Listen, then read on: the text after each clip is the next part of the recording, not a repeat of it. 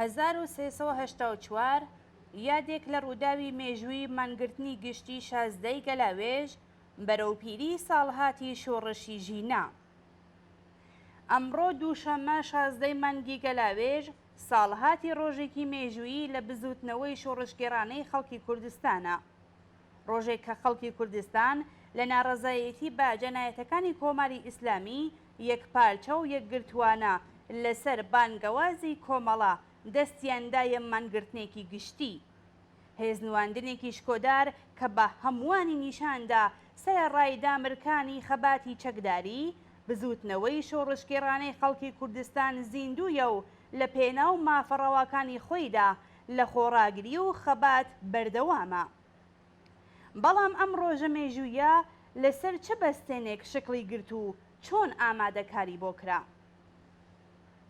سەر لە ئێوارەی ڕۆژی 18 پوشپەڕی ساڵی 1384 هەتاوی هێزەکانی کۆماری ئیسلامی هەوڵیاندا یەکێک لە خەباتکارانی شاری مەهاباد بە ناوی کەماڵ ئیسفرام ناسراو بە شوانە سەید قادری دەست بەسەر بکەن و کاتێک هەوڵەکانیان بێ ئاکام مایەوە شوانەیاندایە بەردەستڕێژی گولە و برینداریان کرد. جەلادانی ڕژیمی ئیسلامی ئەو لاوە بریندارەیان ئەشکەنجە کرد، کوشتیان و تەرمی شێواوی ئەویان بەو پەڕی بێڕێزیەوە بە شاردا گەڕاند و دواتر ڕادستی بنەماڵەکەیان کردەوە.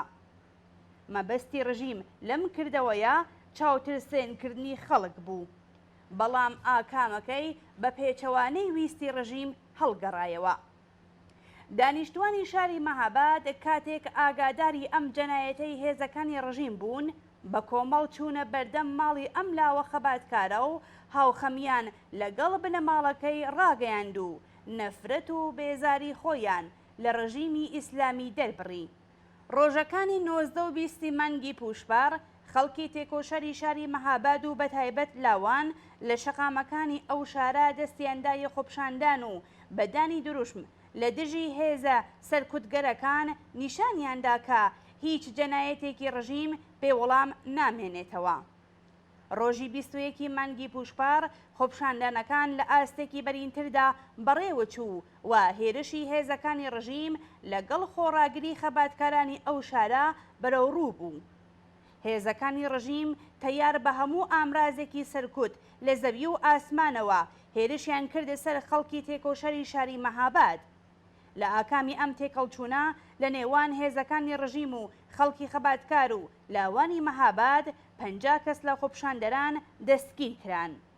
ڕۆژی 22 پوشپەڕ خەڵکی شاری مەهاباد بۆ نیشاندانی ناڕەزایەتی زیاتر بەرامبەر بە کردەوەی سەرکوتگەرانەی هێزەکانی ڕژیم و میلیتاریزەکردنی شار هاوکات لەگەڵ درێژەی خۆپشاندان دووکان و بازار و ناوەندەکانی کاریان داخست.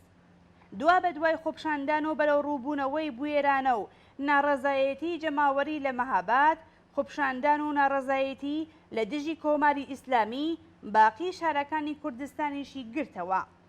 خەڵکی خەباتکار و لاوانی شۆڕشکێر لە شارەکانی شنۆ، پیرانشار، بانە، سەقز، سەردەشت، مەریوان، سنە، دیواندەرە و بۆکان و شار و شارۆچکەکانی دیکە بۆ پشتیوانی لە خەڵکی مەهاباد بەم خۆپشاندان و ناڕەزایەتیانەوە پەیوەست بوون و وێڕای مەحکومکردنی کردەوەی سەرکوتگەرانەی ڕژیم چەند داخوازیەکیان هێنایە گۆڕێکە بریتی بوون لە ناساندن و سزادانی بڕیاردەران و بەڕێوەبەرانی ئەم جەنایەتانە، ئازادکردنی دەستبەجێ دەست بەسەرکراوان و ڕاگرتنی جەنایەت و کوشتە لە کوردستان. کاربەدەستانی کۆماری ئیسلامی لە جیاتی وەڵامدانەوە بە داخوازیە ڕەواکانی خەڵکی کوردستان هێزێکی زۆریان ڕژاندە کوردستان و بەریاندانە گیانی خەڵک. ئەم خەباتە ئەگەرچی داخوازی ڕوونی هەبوو بەڵام بە شێوەی پرش و بڵاو لە شارە جۆراوجۆرەکانی کوردستان بەڕێوە دەچوو و بەرەو ڕووبوونەوەی خۆپشاندەران و هێزەکانی ڕژیم لەسەر شەقامەکان خەساری زۆرتری بە خەڵک دەگەیاند. لە شاری سەقز چەکدارەکانی ڕژیم ڕێزی خۆپشاندانی خەڵکیاندایە بەردەستڕێژ و ژمارەیەکە گیانیان بەخت کرد و ژمارەیەکیش بریندار بوون. کاتی ئەوە هاتبوو کە هێز و توانای خەڵکی خەباتکار لە حرەکەتێکی ڕێکخرا و هاو ئاهەنگدا بە دوژمن نیشان بدرێت. کۆمەڵە ڕێکخراوی کوردستانی حیزبی کۆمۆنیستی ئێران بۆ ئەم مەبەستە ڕۆژی 16 گەلاوێژی ساڵی 1384 وەک ڕۆژی مانگرتنی گشتی لە کوردستان ڕاگەیاند. دوای بڵاوبوونەوەی بانگەوازی کۆمەڵە، کرێکارانی پێشڕە و لاوان و پێشەوانی بزوتنەوە کۆمەڵایەتیەکان لە شارەکان لە پێناو ئامادەکاری بۆ بەسەرکەوتن گەیاندنی مانگرتنی گشتی کەوتنەخۆ. دام و دەستگاکانی ڕژیم بۆ پێشگرتن لە بەڕێوەچوونی مانگرتن هەوڵەکانی خۆیان دەست پێ کرد. نایارانی ئەم حرەکەتەش لە ناو ڕێکخراوە سیاسیەکانی کوردستاندا چی بۆیان کرا بۆ ڕێگری لە سەرکەوتنی ئەو بانگەوازە دەریغیان نەکرد. سێڕای هەموو ئەو هەوڵانە ڕۆژی 16 گەلاوێژ خەڵکی خەباتکاری کوردستان بەداخستی دووکان، کارگا و تەعتیلکردنی ئیدارە و شوێنەکانی خوێندن و باقی ناوەندەکانی کار مانگرتنێکی گشتیان لە کوردستان بەڕێوەبرد. خەڵکی ناڕازی لە شارەکانی مەهاباد، سەقێز، بۆکان، سنا، شنۆ، پیرانشار، بانە، سەردەشت، ڕەبەت، مەریوان، کامیاران و دیواندەرە و شوێنەکانی دیکەی کوردستان بە شێوەیەکی بەربڵاو بە پێشوازی ئەم بانگەوازەوە هاتن. لە شارەکانی نەغەدە و ورمێژ بەشێکی بەرچاو لە خەڵک لەم مانگرتنەدا بەشداریان کرد. ئەم مانگرتنە شکۆدار و سەرکەوتوانەیە وەک ڕۆژێکی مێژوویی لە ژیانی سیاسی خەڵکی خەباتکاری کوردستاندا تۆمار کرا. ئەم مانگرتنە جارێکی دیکە نیشانیدا کە سەرەڕای گشت جەنایەتەکان و پیلانەکانی کۆماری ئیسلامی لە کوردستان ئێرادەی خەڵک دژ بە ڕژیم قایمتر و ڕیزەکانیان یەکگرتووتر و پتەوتر بووە. سەرکەوتنی ئەم مانگرتنە لە هەمان کاتدا کە ڕیشەی لە چەندەیە خەباتی پڕ لە فیداکاری خەڵکدا بوو، بە جەسارەت و خەباتی شێلگیرانە و یەکمانگەی خەباتکارانی مەهاباد و باقی شارەکانی کوردستان مسۆگەر بوو. ڕژیم کە هێزی خەباتی یەکگرتوانەی خەڵکی بینی، ڕۆژێک دوای مانگرتن لە هەوڵێکی ڕیاکارانەدا هەیئەتێکی لە نوێنەرانی مەجلیسی ئیسلامی ڕەوانەی شارەکانی کوردستان کرد تا بەناو دڵنەوایی لە خەڵک بکەن. ئەندامانی ئەم هەیئەتە بە لێدوانی بێناوەڕۆکی بەرپرسانی ڕەسمی وەک ئیمام جومعە و فەرماندارانی شارەکان هێندێک نمایشیان وەڕێخست و بەکردەوە داخوازیەکانی خەڵکیان پشتگوێ خست.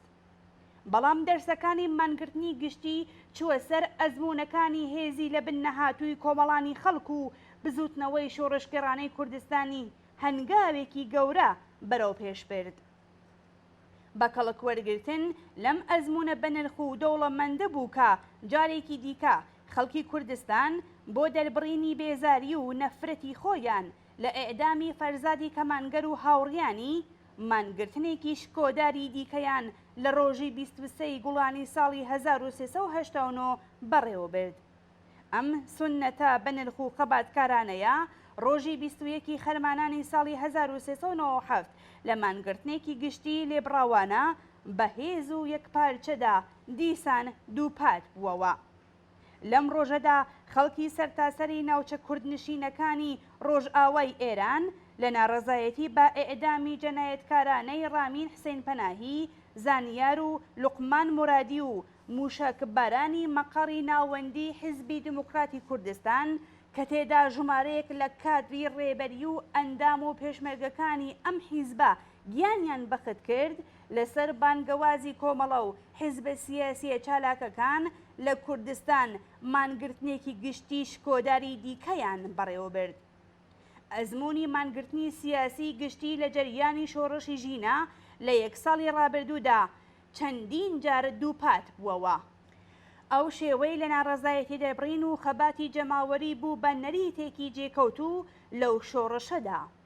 چاوەڕوان دەکرێت کە ئەم ئەزمونە لە ڕۆژان و مانگەکانی داهاتوودا و بە نزیک بوونەوە لە ساڵهاتی ئەو ڕۆژەی کە چەخماخەی شۆڕشی ژینە لە کوردستانەوە لێدرا لە پاڵ شێوەکانی دیکەی خەبات و خۆڕاگری ببێ بە یەکێک لە ڕێگاکانی هێزنواندن لە ئاستی بەرینی جەماوەریدا.